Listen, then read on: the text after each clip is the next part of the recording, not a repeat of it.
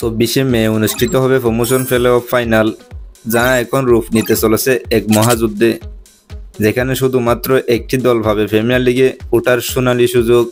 Sheffield ইউনাইটেডের প্রতিভাবান Bangladeshi midfielder Hamza Chowdhury দীর্ঘদিন ধরেই পরিচিত তার আগ্রাসী ট্যাকলিং, দৃষ্টিনন্দন পাস এবং বল দখলের দুর্দান্ত ক্ষমতার জন্য।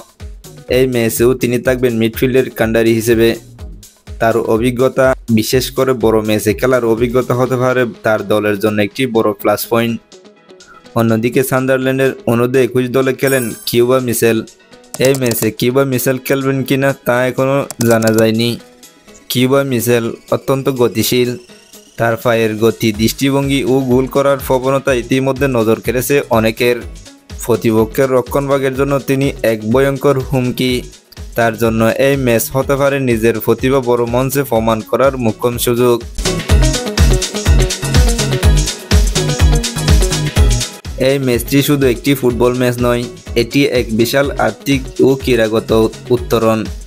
প্রিমিয়ার লিগে উন্নতি হওয়া মানে কোটি কোটি পাউন্ডের অর্থনৈতিক লাভ, স্পন্সরশিপ, বিশ্বব্যাপী পরিচিতি এবং শীর্ষ পর্যায়ের প্রতিযোগিতায় অংশগ্রহণের সুযোগ। ফুটবল মানেই নাটক, আবেগ, কৌশল আর চমক। 24 মের এই ম্যাচে সবকিছুই থাকার সম্ভাবনা প্রবল। এটি হতে চলেছে এক স্মরণীয় ম্যাচ।